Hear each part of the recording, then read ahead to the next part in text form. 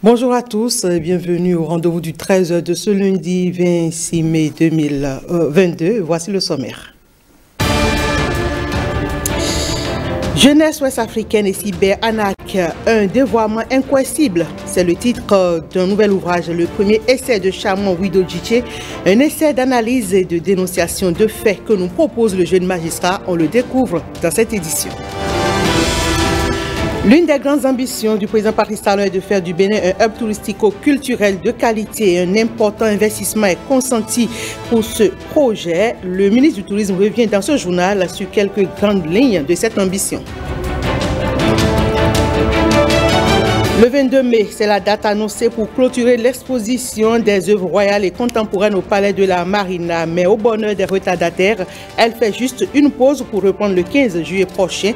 Les images de la journée du 22 mai à suivre dans cette édition. Voilà pour le sommaire et nous sommes bien le lundi 23 mai 2022. Bonjour et bienvenue à tous. Ouvrons cette édition par cette audience de la vice-présidence de la République.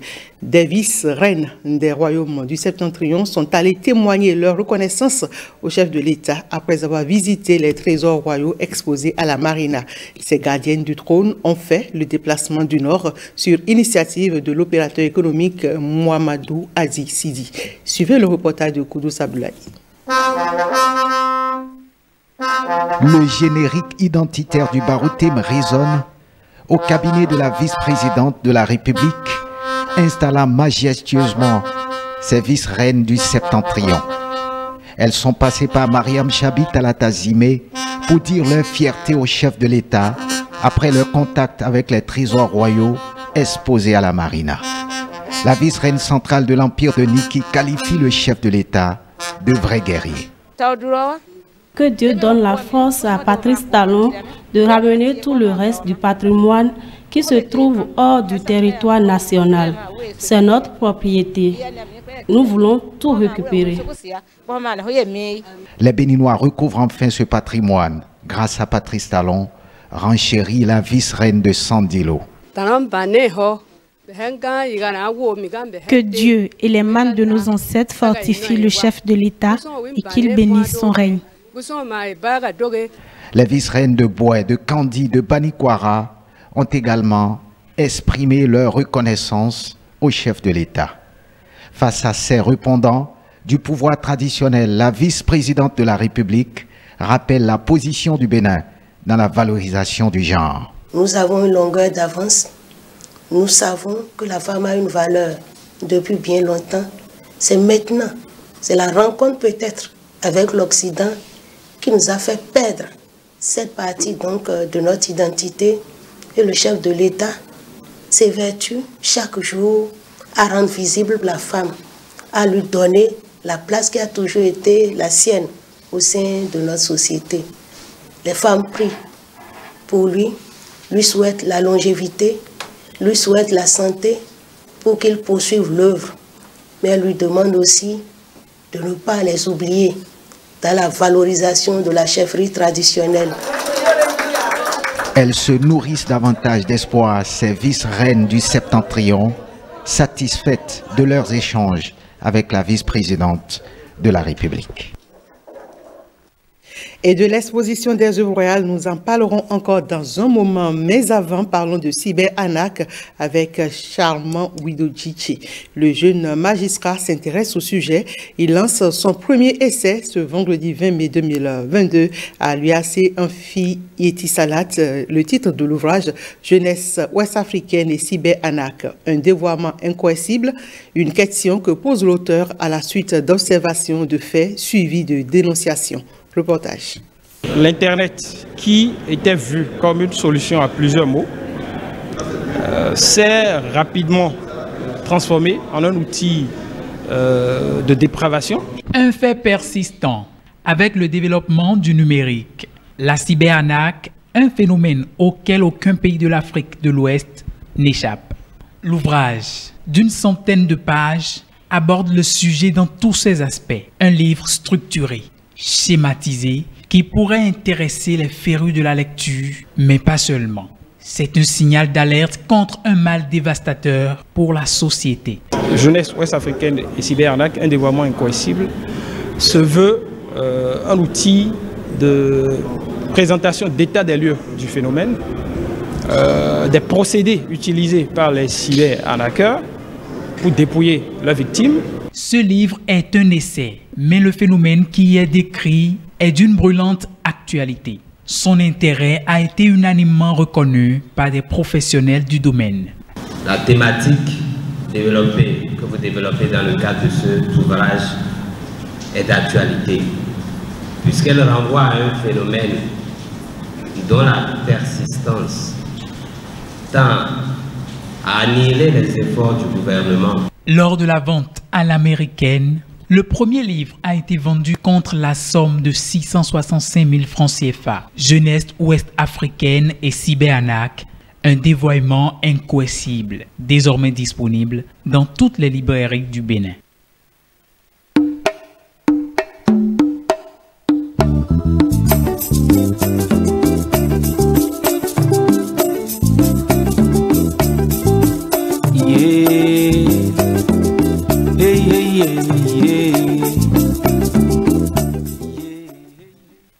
Je vous l'annonçais en titre, une bonne nouvelle pour ceux qui n'ont pas encore pu visiter les œuvres royales et contemporaines. 95 jours supplémentaires accordés à l'exposition au Palais de la Marina. Mais ce sera à partir du 15 juillet prochain. L'annonce a été faite par le ministre du Tourisme, de la Culture et des Arts. Il s'est rendu sur place pour vivre l'ADER, l'ultime jour d'exposition de cette première saison. Un énième flash, une photo de plus. Peut-être les dernières pour la route. Habib, visiteur curieux, tout sourire, se sent privilégié. C'est une joie, ça fait plaisir de retrouver les anciens trésors royaux, des trucs qu'on n'a jamais vus, qu'on a eu l'occasion de voir. Une expérience unique qui vaut la peine d'être vécue. Encore quelques heures et ce musée improvisé va fermer ses portes. Dieudonné et sa famille veulent contempler une fois encore ces œuvres exposées ici. Je suis venu déjà 4 fois et aujourd'hui, le dernier jour, j'ai voulu encore amener toute ma petite famille à encore venir découvrir parce que ces trésors royaux sont très beaux. Dans les travées, le bonheur d'avoir accès à l'ADER se mêle à l'envie de l'immortaliser au milieu de ces Béninois, un visiteur tout particulier. Jean-Michel Abimbola apparaît dans l'espace dédié aux enfants pour des ateliers de dessin. Un ministre au pays des merveilles, très décontracté, très décomplexé, qui sait aussi prendre son air solennel quand il s'agit de faire le bilan de cette exposition. En 40 jours d'ouverture, nous avons à peu près 180 000 visiteurs. 180 000. Nous n'avons pas compté encore cette journée. Donc nous allons probablement frôler les 200 000 visiteurs. Indéniablement, c'est un succès populaire et cela est encourageant. Art du Bénin d'hier et d'aujourd'hui, de la restitution à la révélation. Une exposition diptyque qui souffre de son succès. Les populations en demandent et en redemandent. Le gouvernement n'y reste pas insensible. Cette demande incessante, cette pression amicale, fraternelle, généreuse, le gouvernement l'a entendu, le président de la République l'a entendu. Et pour cela, il nous a été demandé d'étudier la possibilité d'une réouverture pendant la période estivale. Donc je peux ici et maintenant vous annoncer, oui, avec beaucoup de joie et de soulagement également pour moi et pour toutes nos équipes, que le 15 juillet, nous allons de nouveau rouvrir pour 45 jours, pour la période estivale, pour la période de la fête de l'indépendance, afin que les Béninois qui n'ont pas eu l'occasion, et principalement les Béninois de la diaspora, aient l'occasion de venir ici. Une annonce qui fait des heureux et qui fait déjà actionner le chrono pour un nouveau compte à rebours vers des vacances aux couleurs culturelles. Et voilà une petite rectification. Donc, c'est plutôt 45 jours supplémentaires qui sont accordés à la poursuite de cette exposition au Palais de la Marina et c'est à compter du 15 juillet prochain. Et à la veille de la fin des visites des trésors royaux pour la première saison, la Société béninoise des manutentions portuaires a tenu à franchir le pas. Tout le personnel s'est rendu au palais de la Marina samedi dernier pour toucher du doigt toutes ces œuvres restituées au Bénin. Suivons le reportage de René Kofi. Malgré cette longue file d'attente pour visiter les trésors royaux, la société béninoise des manutentions portuaires ne s'accable pas et elle attend son tour. Une fois à l'intérieur, c'est la réalité vécue conformément aux informations véhiculées sur les médias. Ce que j'ai vu, je peux dire que tout à l'heure, j'ai coulé des larmes. Les larmes d'émotion. Ce que j'ai appris dans l'histoire, je le vois, je touche du doigt. Merci au chef de l'État, merci à son gouvernement. Je suis tellement content d'avoir fait le déplacement pour constater les réalités du Bénin. Parce que ce n'est pas une autre personne qui viendra me dire ce qui est de chez moi, ce qui est naturel. Moi-même, je l'ai constaté. Ce 22 mai sonne la fin de la visite dans ce musée si bien improvisé au majestueux palais de la Marina. C'est avec beaucoup d'intérêt que le personnel de la Sobemap a effectué cette visite en passant par les trésors royaux aux œuvres contemporaines. Ils y sont sortis, tout fiers de leur pays et de son chef.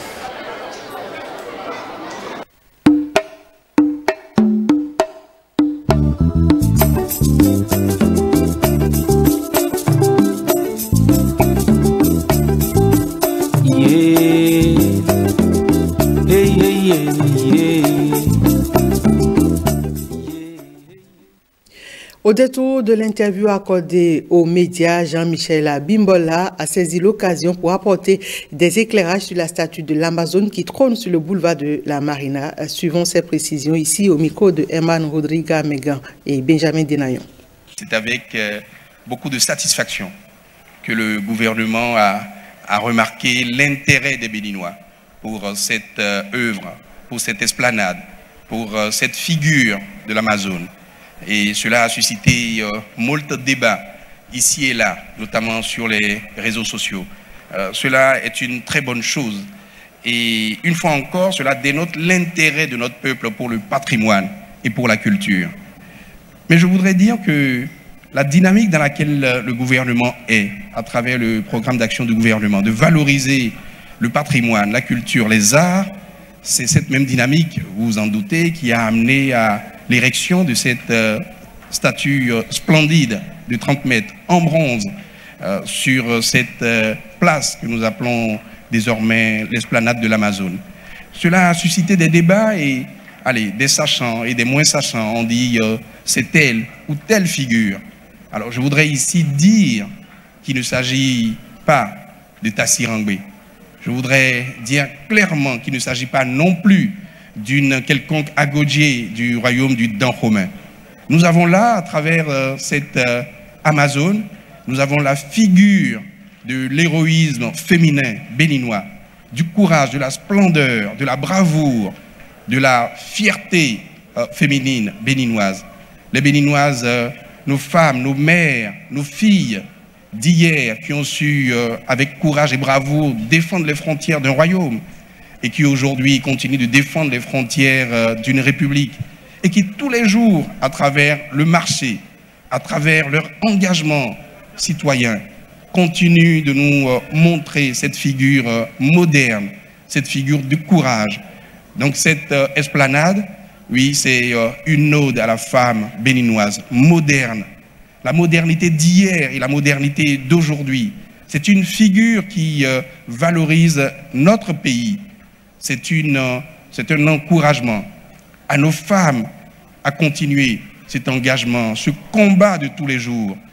Donc, je voudrais dire que chacun de nous, du nord, du sud, de l'est, de l'ouest, du centre, quelles que soient nos barrières religieuses, quelles que soient les frontières culturelles, quelles que soient nos sensibilités politiques, chacun de nous peut se retrouver à travers cette figure de l'Amazone, cette figure féminine, cette figure de l'Amazone béninoise. Le secteur touristique et culturel bénéficie d'un investissement massif, une volonté manifeste de Patrice Talon de faire du Bénin un hub touristico-culturel de qualité. Et le ministre Jean-Michel Abimbola nous explique un pan des tenants et aboutissants de la réforme y afférente au micro de Jérôme Mumbo. de 2021 à 2026, le gouvernement mettra la bagatelle de plus de 700 milliards de francs CFA dans le secteur tourisme et culture. 700 milliards de francs CFA. Pour ceux qui ne savent pas compter en CFA mais en euros, plus d'1 milliard d'euros. C'est inédit, c'est massif.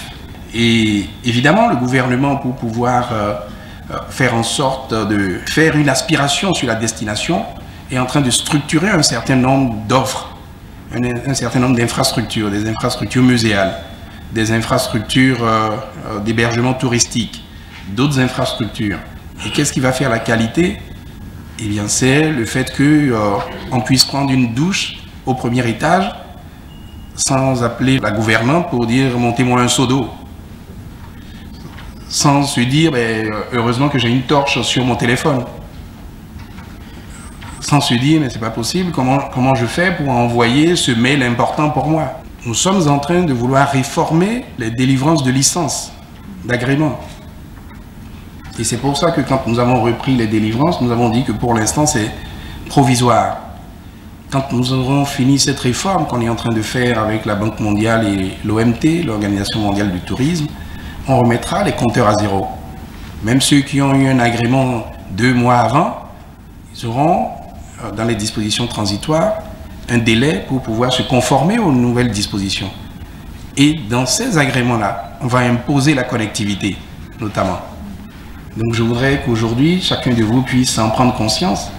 Je voudrais vous dire également qu'il n'est plus possible de construire on va dire, des bâtiments et après de demander à les transformer en hôtel. En amont, on doit savoir que c'est un hôtel, parce que les contraintes pour un hôtel, ce n'est pas les mêmes contraintes que pour un bâtiment ordinaire. On ne va pas vous laisser non plus aller construire des hôtels dans des endroits non assainis, non lotis. Et après, vous nous dites, on n'a pas de route pour venir chez nous. Ou quand il pleut, on est inondé. C'est vraiment inédit ce qui se passe dans notre pays. Surtout en ce qui concerne d'autres secteurs. Depuis les indépendances de notre pays, il n'y a eu aucun gouvernement comme celui-ci qui a travaillé autant pour le tourisme.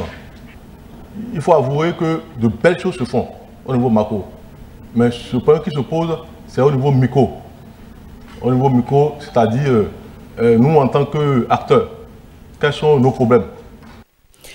L'actualité dans le monde de l'éducation, c'est avec la sortie officielle de la première promotion des élèves conseillers pédagogiques de l'enseignement secondaire général, technique et de la formation professionnelle. La cérémonie de remise de parchemin s'est déroulée à l'école de formation des personnels d'encadrement de l'éducation nationale. Calvado Aronou et Nathalie Doris Olabi pour le compte rendu. Désormais titulaire du certificat d'aptitude aux fonctions de conseiller pédagogique, CFCP, il constitue la première promotion transitoire des cadres de corps de contrôle et d'encadrement du second degré. Au regard de l'enjeu de cette formation, l'FPM n'a ménagé aucun effort pour sa mise en œuvre diligente.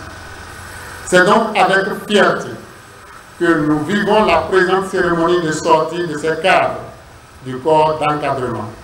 Sur 268 élèves conseillers pédagogiques ayant pris part à la formation, 260 ont pu tirer leur épingle du jeu et reçoivent leur parchemin. Nous avons beaucoup appris. La mise en application des acquis de cette formation impactera indéniablement la qualité de l'encadrement pédagogique des enseignants du second degré. L'initiative de cette formation sur fonds propres du budget national est née de la volonté et de la détermination du gouvernement béninois d'améliorer la qualité du corps d'encadrement. Vous aurez assuré l'encadrement pédagogique de proximité et le contrôle des enseignants, la contribution à l'élaboration des outils pédagogiques, la mise en œuvre des innovations pédagogiques en vigueur, la contribution à la formation initiale et continue des enseignants, la contribution à la gestion de l'administration scolaire. C'est une première dans l'histoire du système éducatif béninois qui marque le point de départ d'une nouvelle dynamique dans la supervision de l'action pédagogique dans les établissements. Distribution de prix aux élèves méritants de la promotion 2020-2021 du lycée Béhanzin de Porto Novo. C'est une initiative de l'association des anciens élèves du lycée Béhanzin, ex-Victor Balo de Porto Novo. Fimé Bassao et Brice Rumbo nous en parlent. Pour certains, ils sont déjà passés à la retraite et d'autres en activité, mais leur passage au lycée Béhanzin, ex-Victor Balo de Porto Novo, fait d'eux des ambassadeurs de la défense de l'intégrité du lycée et mieux d'en faire une référence. L'association des anciens élèves du lycée Béhanzin de Porto Novo, bientôt vieille de 3 ans, a décidé de récompenser les 100 élèves méritants, renouant ainsi avec une tradition vieille de plus d'une centaine d'années. Outre la cérémonie de distinction des élèves méritants, l'association des anciens Balotins et Béhanzinois, dans son plan d'action 2021-2022, est engagée dans la réalisation sur fonds propres d'un certain nombre d'infrastructures au profit du lycée. Le programme d'action 2021-2022 de notre association comporte 3 éléments phares que sont 1. La réalisation au profit des élèves d'une bibliothèque virtuelle et physique équipée en manuels de tout genre et d'outils informatiques. 2. La construction d'une salle de 24 mètres de long sur 10 mètres de large, équipée de mobilier adéquat. Un autre acteur qui, parallèlement à l'État central, participe effectivement et efficacement à la vie et à la survie du lycée Béhanzin, figure au premier rang l'association des anciens Balotins et Béhanzinois, les A2B2. Avant la cérémonie de remise de prix, un cross-country a permis à un bataillon de 200 élèves de se lancer sur un parcours de 3 km à travers la boucle lycée Béhanzin, rond-point Deguega, Carrefour Kachi, EPP Olenda et lycée Béhanzin.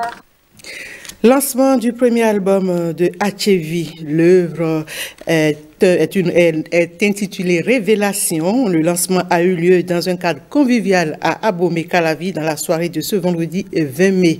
Un album de 8 titres qui aborde plusieurs thématiques dont l'amour. Diverses prestations ont meublé la soirée et suivant le reportage de Ézéchiel Jaco et Roger Agossé. Révélation, titre du premier album de Achevi, l'une des figures de la musique béninoise qui a tenu en haleine le public à cette soirée lancement. Révélation, cet album est composé de 8 titres, ça aborde le thème de l'amour. J'ai chanté aussi pour les enfants, j'ai chanté pour louer Dieu, pour encourager les gens, pour donner de l'espoir aux gens.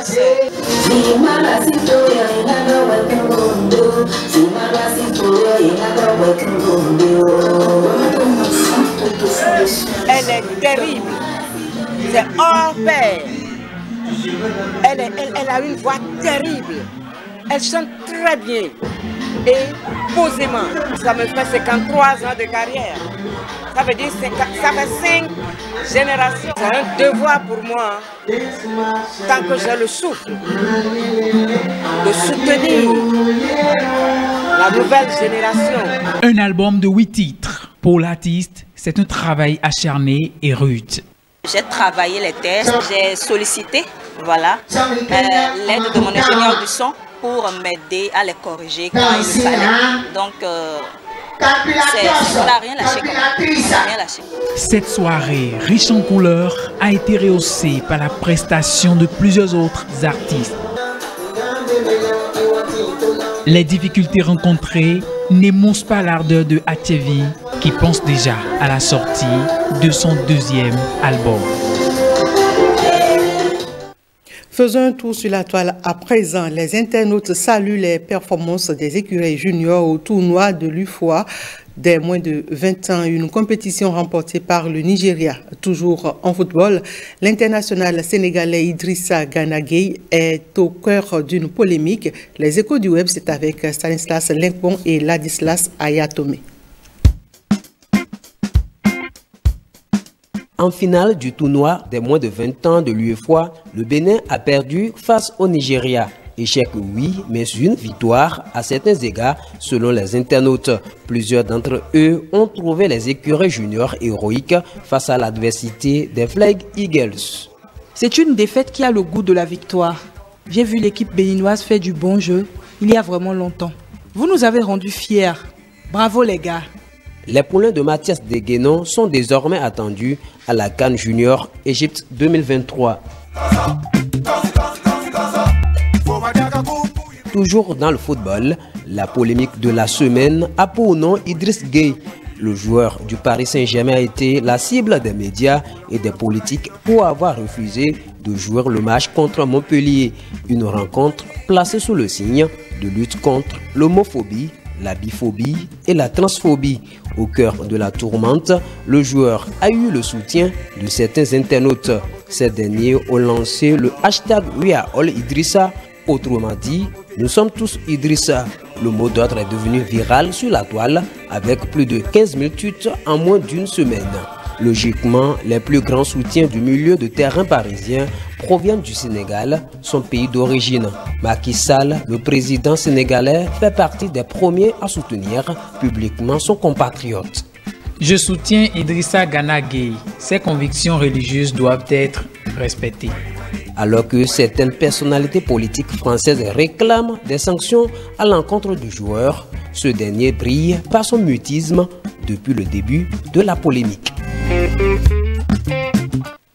Fin de ce 13h. Merci à chacun et à tous de l'avoir suivi.